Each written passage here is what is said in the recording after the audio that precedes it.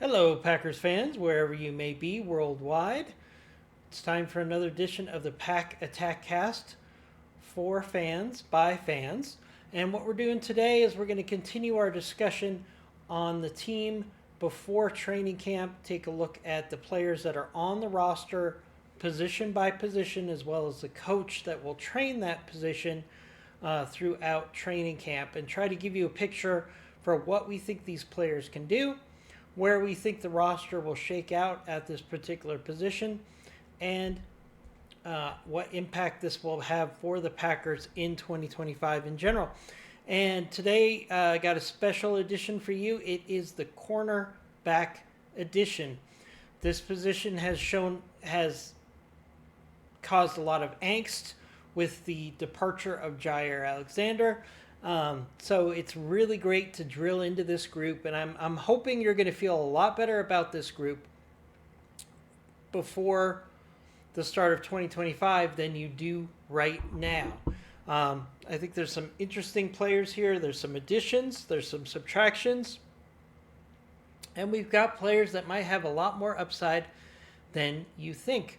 And it's important to keep in mind that the cornerback position is a weak link system. A lot of people talk about it. I've talked about it before. It's very important for you to understand that in the modern NFL, teams do not attack your strengths.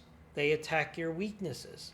And in this case, they're not going to go up against your top corner one-on-one. In fact, most great corners rarely get the ball thrown their way because the opposing offense is going to go towards your weakest link.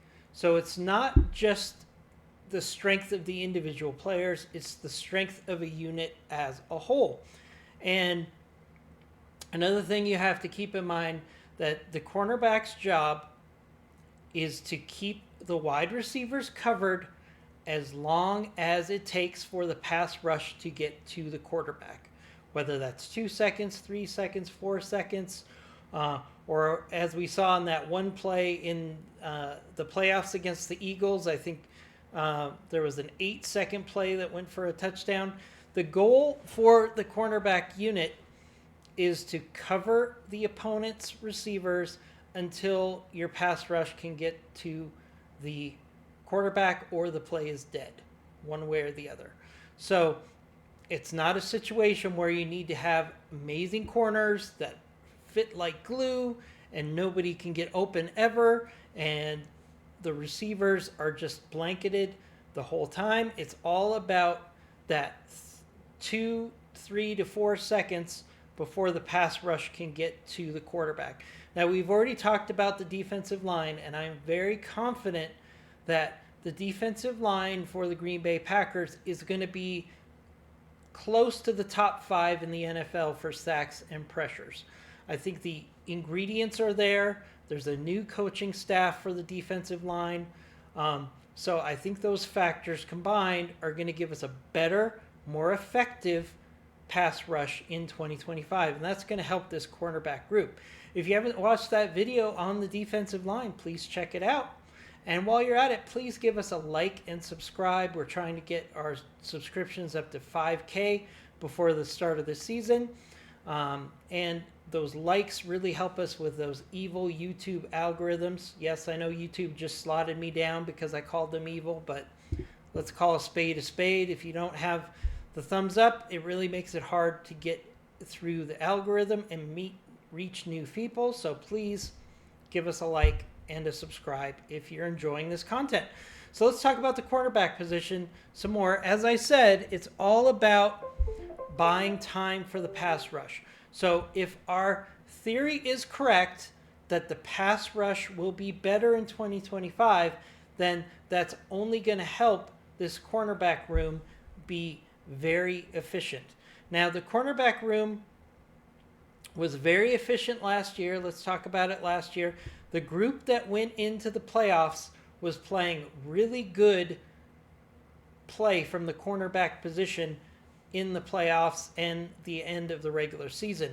The cornerbacks were not the reason that we lost against the Eagles in the playoffs. It was because we did not score enough points. going into the fourth quarter, that game was very competitive right down to the end because of the play of the cornerbacks. If you go back and look at the tape, I know it's a little painful to look at that tape, but if you actually look at the tape of that playoff game, the Green Bay Packers overall did a great job at the cornerback position. And guess who was not on the field? Jaire Alexander was not on the field. So I don't want to hear this, oh, Jaire's gone, woe and doom, we're not going to be competitive this year. The truth of the matter is he was not a part of that final cornerback room at the end of the season. And we were playing really good with a combination of scheme and solid play at the cornerback position. And we've only upgraded this position. I throw Jaire Alexander out of the equation. He was not a factor at the end of the season, which is what mattered last year. We're going to look at how we replaced bad players with better players, and we have some solid depth to back up those new replacements. So we're actually in a much better spot than we were in the playoffs last year, where this group played really well. So I need you to think about that while we talk about this position group. Now, as always, one thing I really like to emphasize is the impact of the coaching staff on a position group. This is something a lot of people don't talk about, but this is very important. The Packers' strength, we've said it many times, is continuity, especially in the coaching staff. So let's look at the coach for the defensive backs for the Green Bay Packers. That's Ryan Downard. He was promoted to a defensive back coach in 2023. So he's had this job for 2 years now, after serving as safeties coach in 2022 and assistant defensive back coach for 3 seasons. So do the math there. Brian has been on this staff playing with these players for 6 years. He's a very experienced defensive back coach. He joined the team in 2018 as a defensive quality control coach. So this is a coach that has been on the Packers staff for 7 years, including this year, and has been with the team, with the players, and he understands how to get the most out of this group. As I said, he doesn't need to have an elite group. He just needs to be effective for that 4 to 5 seconds that he needs for the pass rush to get to the quarterback. So let's keep that in mind. Ryan helped the Packers to 5 straight, including this past year, top 10 league rankings in pass defense. The only team to do in that in that span, and Green Bay's first time doing so since 1977. So he's been a key part of a secondary that has been top 10 year after year after year, and that is only going to get better as Jeff Hafley improves things like the pass rush, the scheme, and becoming more creative with the players they have on this roster. Was part of a defensive staff in 2021 that helped the Packers finish in the top 10 in total defense, passing defense, takeaways, and INTs. Helped tutor Jaire Alexander in 2020, who earned second-team Pro Bowl honors from the Associated Press. First Green Bay quarterback to earn All-Pro honors since Charles Woodson. So he's a very effective coach. Before he was with Green Bay, he was a defensive assistant with the Cleveland Browns. So he knows what he was doing. He also played defensive back at Eastern Michigan in 2007, where they were ranked number 2 in the country and 12 overall in the nation for INTs. So this is a guy who knows the position. He's played the position. He's coached the position for many years for Green Bay. Before that, he coached it for the Cleveland Browns. So I have every confidence that Ryan is going to be a positive for this group, even whether it's a experienced player that's already on the roster or somebody new that they brought in, I think Ryan can coach them up to be effective for that 4 to 5 seconds for the pass rush to get to the quarterback. Let's take a look at the players. Keyshawn Nixon was a key part of the secondary in 2024. He moved from slot to starting outside corner with the injury to Jair Alexander and was a very solid, consistent starter for the team with a great value from a financial cap situation. He has one of the best contracts that the Green Bay Packers have. Dollar for dollar, Keyshawn Nixon is a big part of how the Green Bay Packers can bring other players onto this roster because he has a relatively cheap contract. He's talking like the leader of the group. At the end of 2024, he said he wants to be the cornerback one. He's acting like that cornerback one. He's a very effective, consistent player. A lot of people complain that they're not seeing splash plays for Keyshawn Nixon.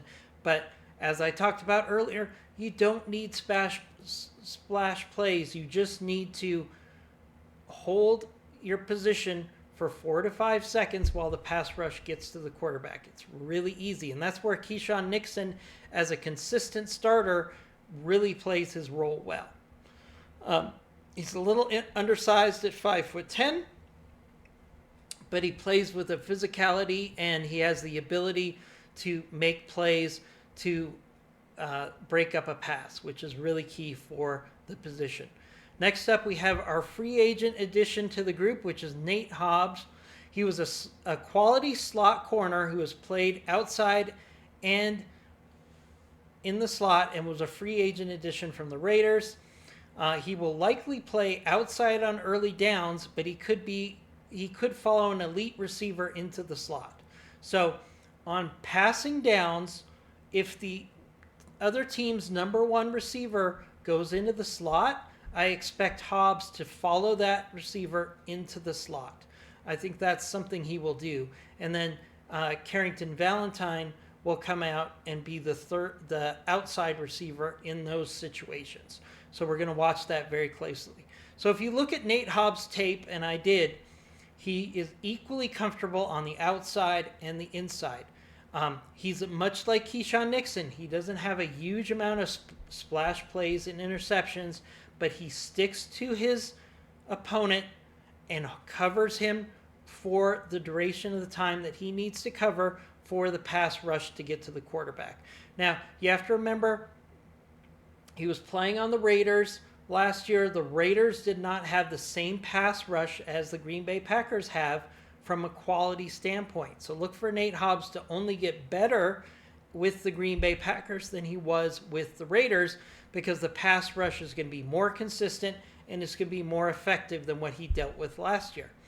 Number 3 off the bench, we have Carrington Valentine. He was a very effective cover corner and was starting by the end of the season. So this isn't something important I want to talk on.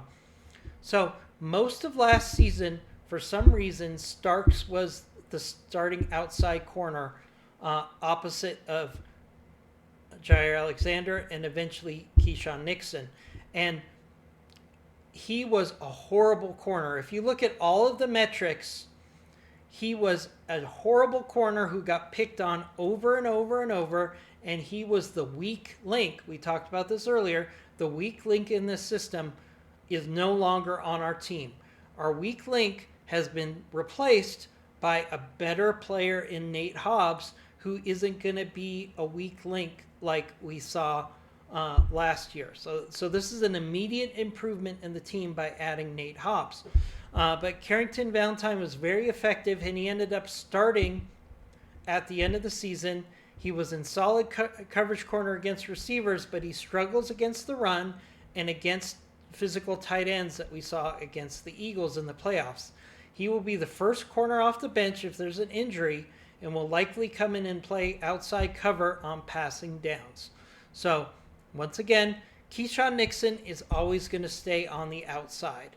Nate Hobbs is going to start on the outside on early downs because he's also a very solid cornerback against the run. And then on passing downs, look for Nate Hobbs to move into the slot, where a lot of receivers in the NFC North like to move into the slot on passing downs.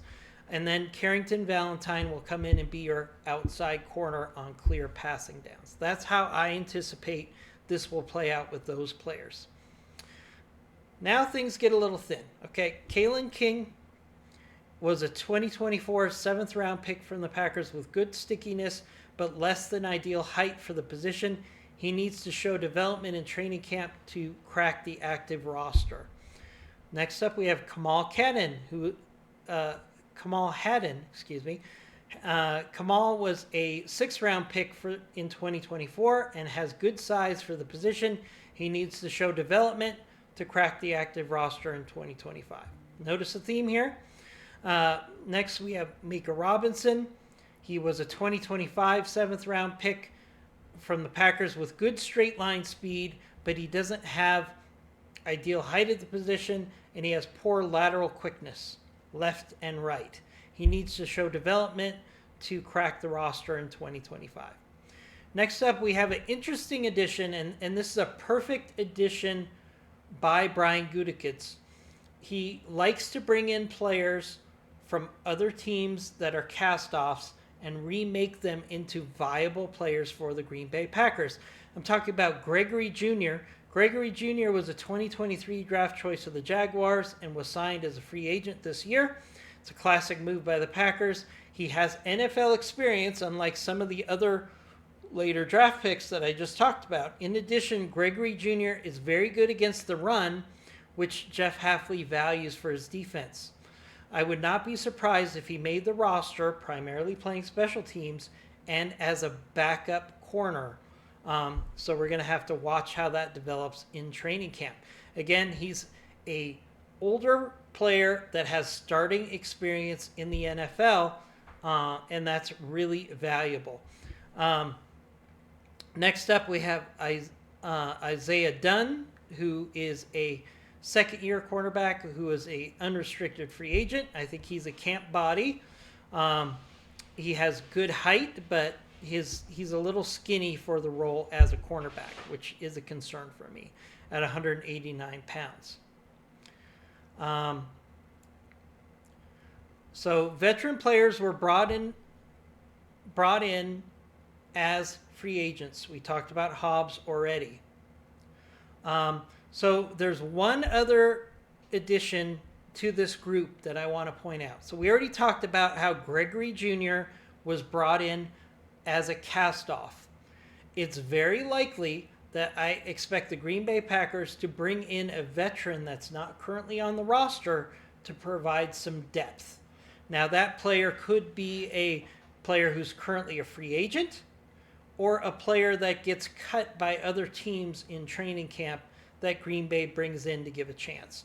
So we've got the group of players that I already listed and we talked about, plus there's another pool that I expect Brian Gutekunst to be looking at as we go through training camp to find another viable depth piece for this cornerback room. So let's take a look at what I expect from the active roster. An important note here is the Packers have one of the deepest, most talented safety rooms in the league. We're going to talk about that in a future stream. With many able players that can play corner in the pinch. So don't be surprised if the Packers take some of their safety depth and occasionally use it in an emergency or in spot situations at the cornerback position. Another possibility is cornerback Bo Melton hangs around as an emergency cornerback as well. We talked about that in our wide receiver episode a couple days ago. Bo Melton, I think, will make the roster as a depth wide receiver cornerback player, and he will be a factor as well if he's on the active roster. So how I think this will play out through training camp is we already have our established starters in Nixon, Hobbs, and Valentine on passing downs. Those are your top three corners. And then I think the rest of this group is going to fight in training camp and they're going to keep the best players on the active roster, knowing that they also have safeties that in a pinch can play a little bit of corner, plus Bo Melton that could possibly play corner in an emergency as well. So, active roster, I think the Packers are going to be a little light on corner because I think they can put some players on the practice squad, and they have some safeties that can also play corner in an emergency situation. So for the active roster, I have 4 or 5 corners. It's going to be Nixon, Hobbs, Valentine, and Gregory Jr. I think that's where Gregory Jr.'s experience comes into play. And if there are 5, I think the best of Kamal Haddon and Kalen King. So we're going to have Hobbs, Jacobs, Valentine, Gregory Jr. due to his experience, and the best of Haddon or King. Again, if there's a veteran that's brought in, he might take that last 5th spot. A lot will be decided once pads go on in training camp. In practice squad, I think we could see 2 here, giving the team options if there is a problem. If I had to guess, we would see the best of Haddon, King, and Mika Robinson on the practice squad. But this is going to be a true training camp battle, not just for the active roster, but for training camp rosters at the position. So there you go. Starters are going to be Nixon, Hobbs, and Valentine on passing downs. Depth is going to be Gregory Jr. and Haddon or King, and possibly a free agent addition from a cut from another team. So hopefully you enjoyed this video. We're going to go through another position group in just a couple days. We're trying to do these videos every couple days, so I have time to look at the tape, and we can also give you content as we wait for training camp. So give us a like and subscribe, and look out for the next video in about 2 days or so. As always, go Pack Go, and we'll see you next time.